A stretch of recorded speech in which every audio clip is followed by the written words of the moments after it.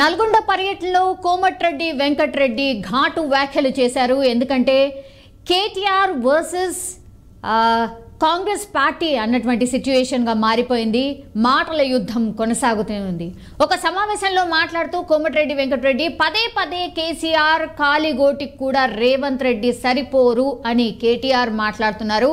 రేవంత్ రెడ్డి కాలిగోటికి కూడా నువ్వు సరిపోవు అంటూ ఆయన సంచలన వ్యాఖ్యలు చేశారు. అసలు రేవంత్ రెడ్డి గురించి మాట్లాడే అర్హత మీకు లేదు అని కేటీఆర్ పై కోమటిరెడ్డి ఘాటు వ్యాఖ్యలు చేశారు.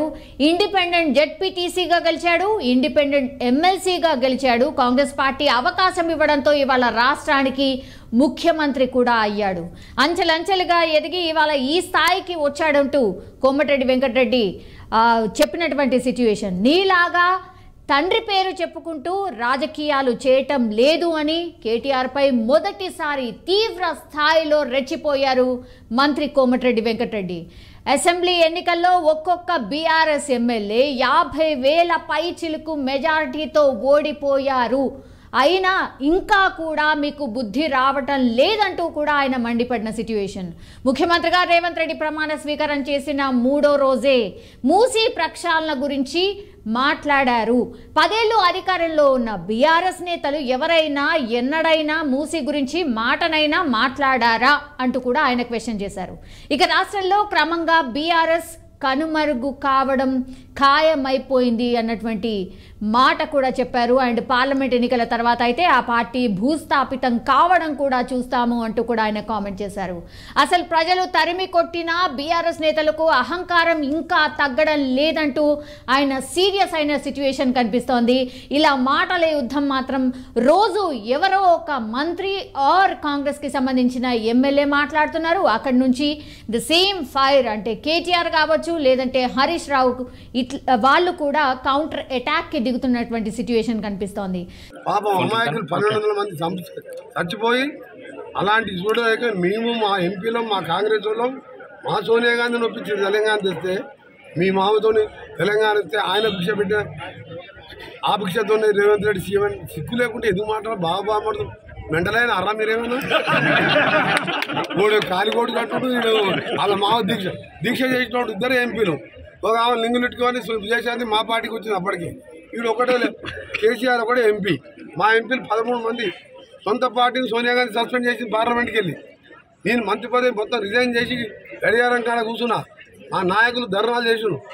అరే ప్రజలు కొడుతున్నారు, సకల జన్లు కొడుతున్నారు, పిల్లలు చచ్చిపోతున్నారు. మా సొంత పార్టీ వాళ్ళని చెప్పి తెలంగాణ సోనియా గాంధీ ఇచ్చి ఆమె దేవత అని చెప్పి వాళ్ళ ప్రజలు 10 ఏళ్ళు ఏదో దళితులు ముఖ్యమంత్రి డబుల్ బెడ్రూమ్ ఇళ్ళని మోసాలు చేసి దోచుకుంటే అయినావు. నీ చరిత్ర మీ బీఆర్ఎస్ పార్టీ ఎప్పుడైతే బీఆర్ఎస్ పెట్టుకున్నావో బీఆర్ఎస్ అంటే బొందలగడ్డ రాష్ట్ర సమితి బొందలగడ్డ పడేది. ఇక్కడ పిల్లగాడు వచ్చిండు, వార్డు మెంబర్ కూడా దిక్కులేదు. వార్డు మెంబర్ కంటే తక్కువ, వార్డు మెంబర్ కాదు ఇంకా ఏమైనా ఆ పక్కింట్లో కూడా ఓటాడు ఆ పిల్లగారికి. వాడు రైతు బంధు గురించి మాట్లాడుతున్నావు.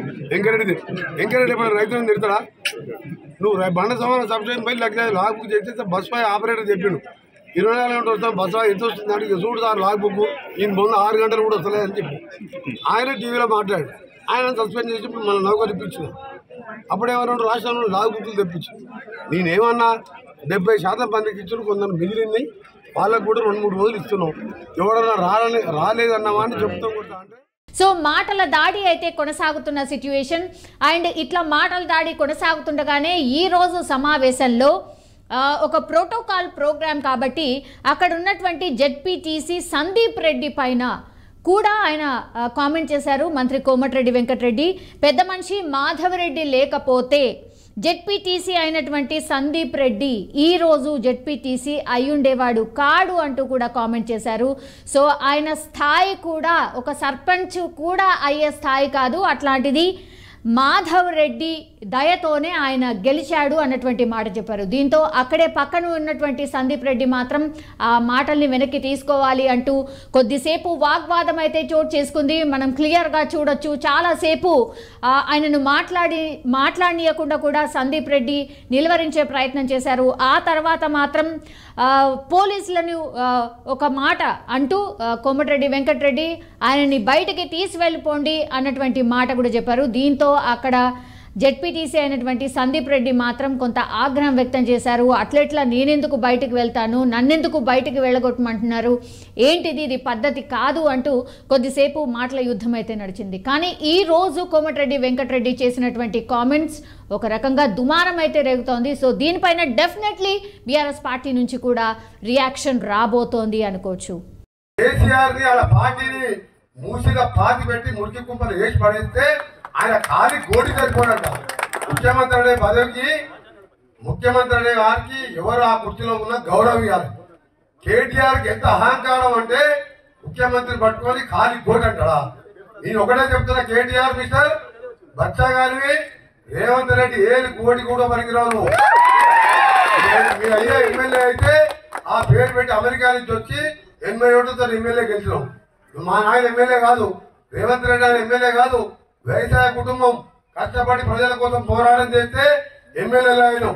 ఇక్కడ కూడా సందీప్ రెడ్డి కూడా పెద్ద నాయకుడు మాధవ్ రెడ్డి పేరు చేస్తే జడ్పీటీ సైడ్ తప్ప ఇలా సర్పంచ్ కూడా బడి